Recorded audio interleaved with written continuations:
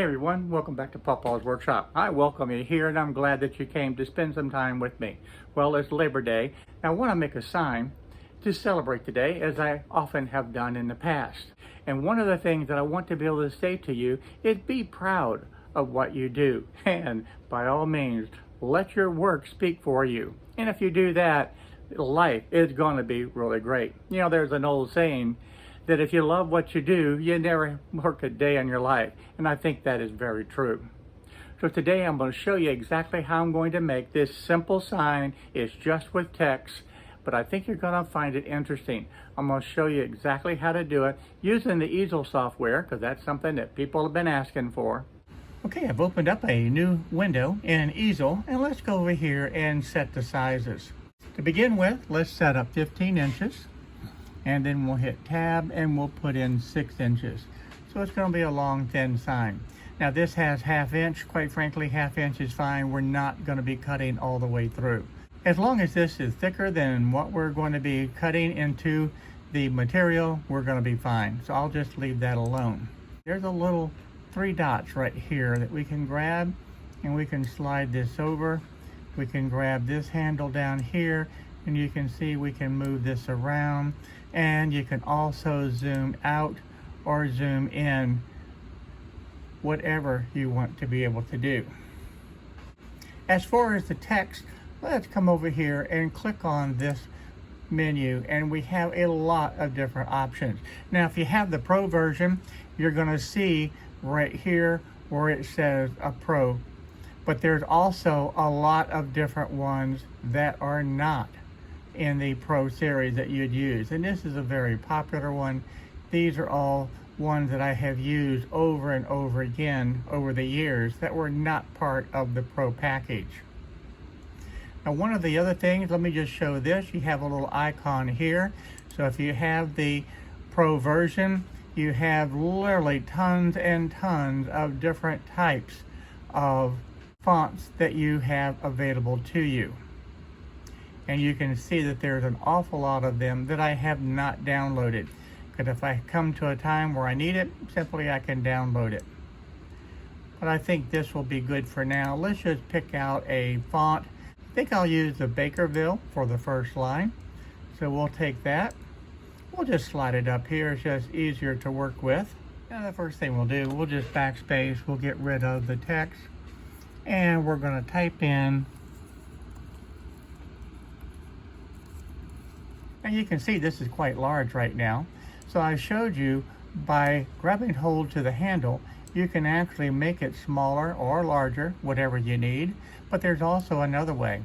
By having this little window, and by the way, this little window will move, you can come over here and this will give you the size of this box that you have highlighted. So I can have it unlocked, or I could lock it to be able to keep the portion the same. So for right now, I think what I'm going to do is use the width, have this locked. I'm going to set this at 14 inches, and that is done. So I can take this now, I can slide it out of the way. That's something that's real handy to be able to do. You can also look at this window over here and see what it's going to look like. So I can take this now and just slide it right over like that. You can see what it's going to look like over here. Now the other thing that I said in my introduction today was also let your work speak for you. So what I want to be able to do is do the same thing. We'll back this out, and the same thing. It's going to be way too big.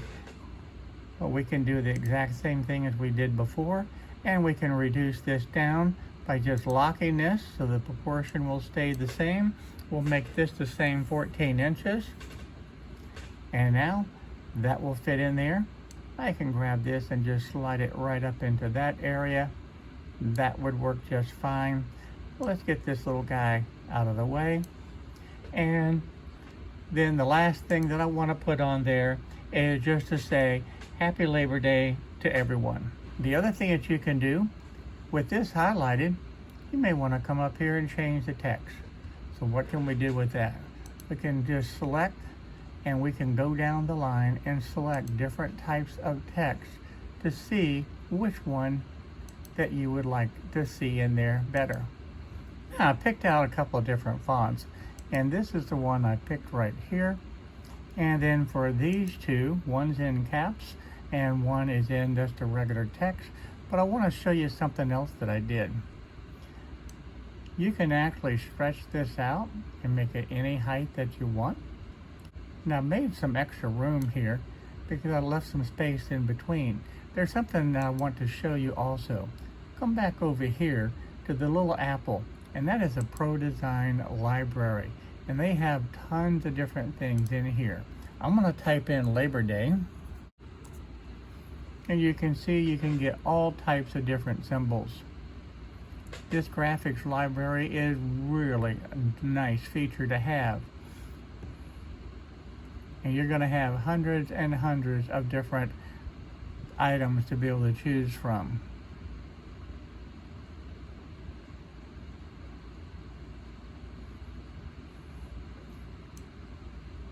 Now, this is the Pro Design. This is part of the subscriptions that you would have if you have the Easel Pro.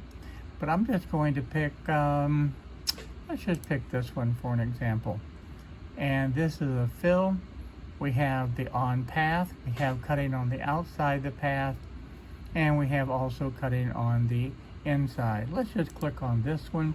We'll bring it in and we'll put it right in the center. We'll put it right up into that area. We'll bring my something like that, and that gives you a nice sign to be able to carve. Now over here we can preview this. One of the things that I do want to change is I'm going to use a 90-degree V-bit. Come right down here and we'll select this 90-degree V-bit. And as far as the depth, since I'm going to be doing the whole entire sign, we're going to do the cut depth. And looking at the settings, I think if you'll do a carve like this at a 0.06 of an inch, that is going to give you the detail that you need. And I think that is going to look really, really good. Now I'm going to cut this one deeper just to show you the difference and how it really can make a difference. You don't need to go and do deep cuts. And now we can zoom in and we can take a look at this. And we can just slide that out of the way for right now. And look at that. And you can see how this, let's zoom in even closer. You can see how this goes right down and forms that point at the bottom of each of the letters. Same thing on this. And we can look at the little handle with the graphic, and that all looks good. And zoom in real close and you can see that. That's a lot of detail. And same thing for this one. So that all looks real good. So this will give you a real good idea to be able to see what your work is going to look like before you actually carve it. Now, I've shown you this little 3 buttons here, and I'll show you how you can slide this. You also have a tab here and a tab right here. So if I click on this tab, you can see now all I have is just this one window. If I come back over here and hit this tab again, and now it's just this one. And by grabbing the little 3, I can split the screen and see both. That's a nice feature that you need to know about.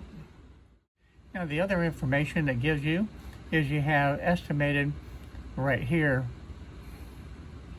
about a little bit less than an hour.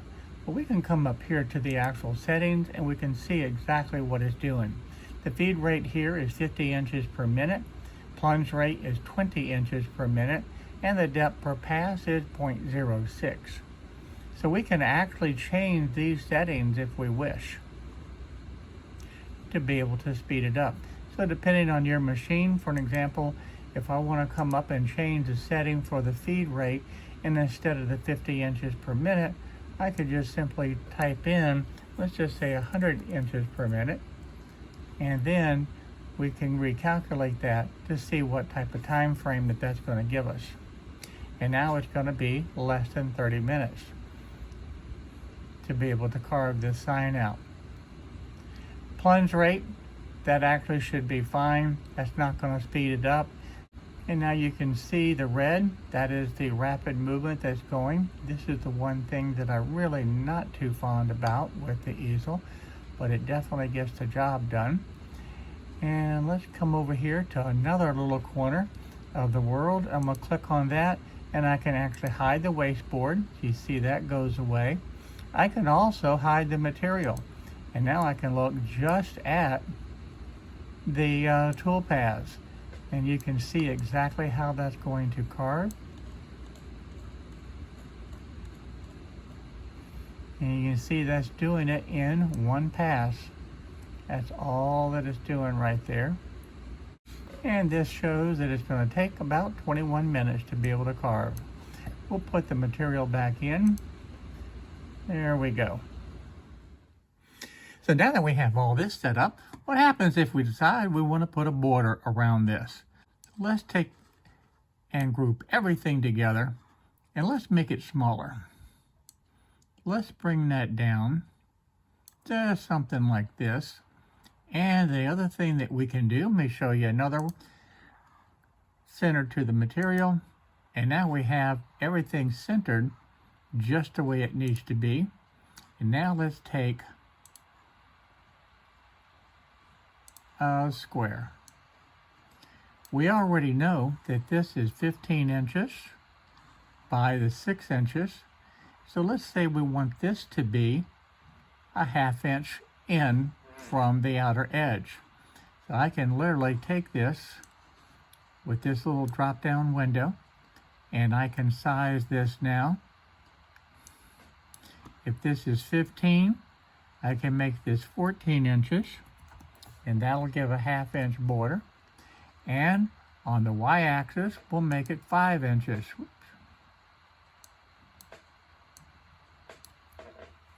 We make that 5 inches.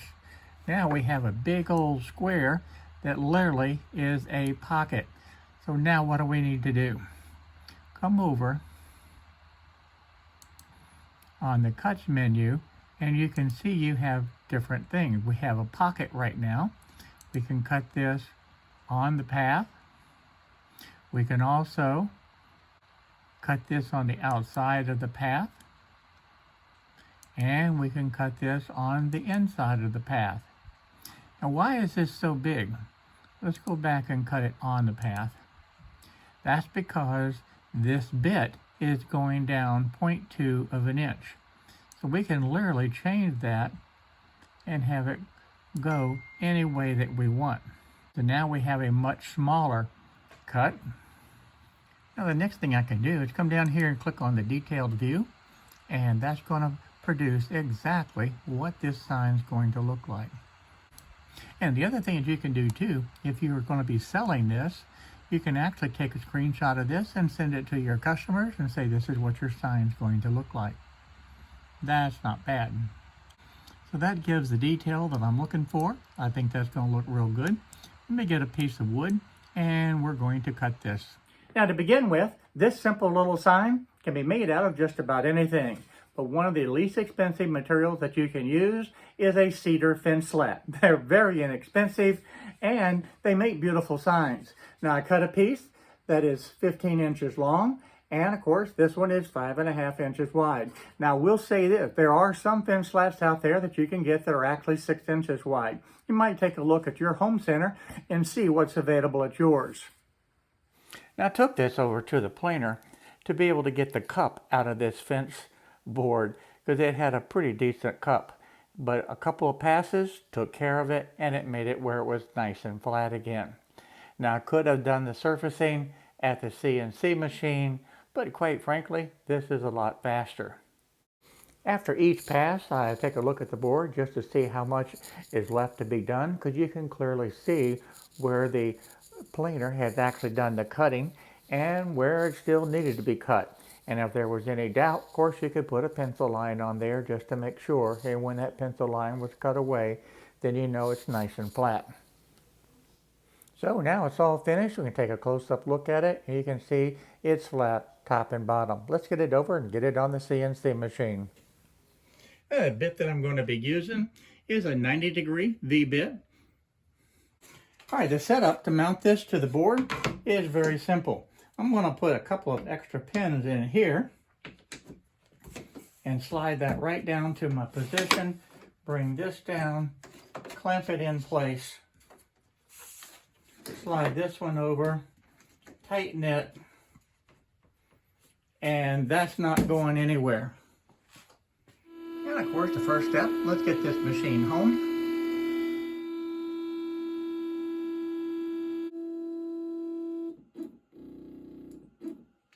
And now we are exactly right here. I'm going to go ahead and I'm going to move over to this point right now, and then we'll change the bit from this 1/4 inch bit to my 90-degree V bit.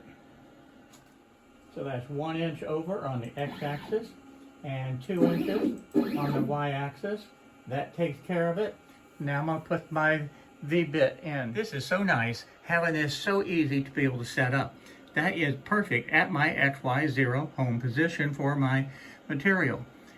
No guesswork, no trying to do the little small movements. It just knows exactly where to put it, and I'm ready to be able to do the Z probe and get this carving. Well, at this point, we've got everything underway and it's looking great.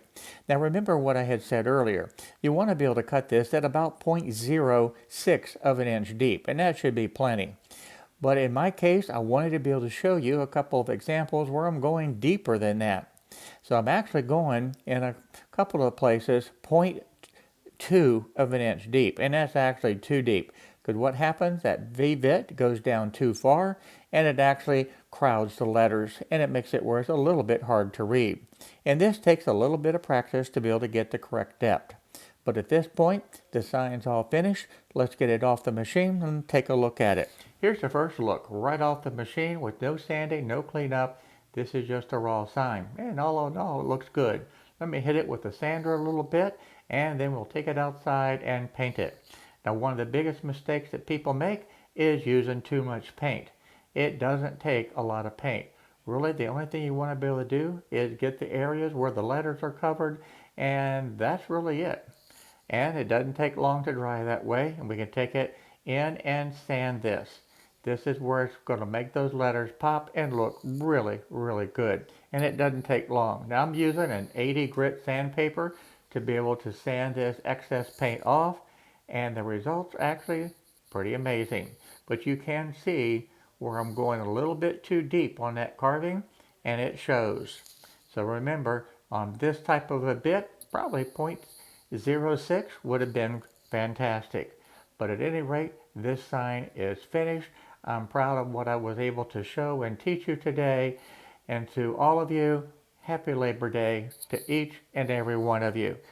Can't wait to see you in the next video. So for now, bye-bye.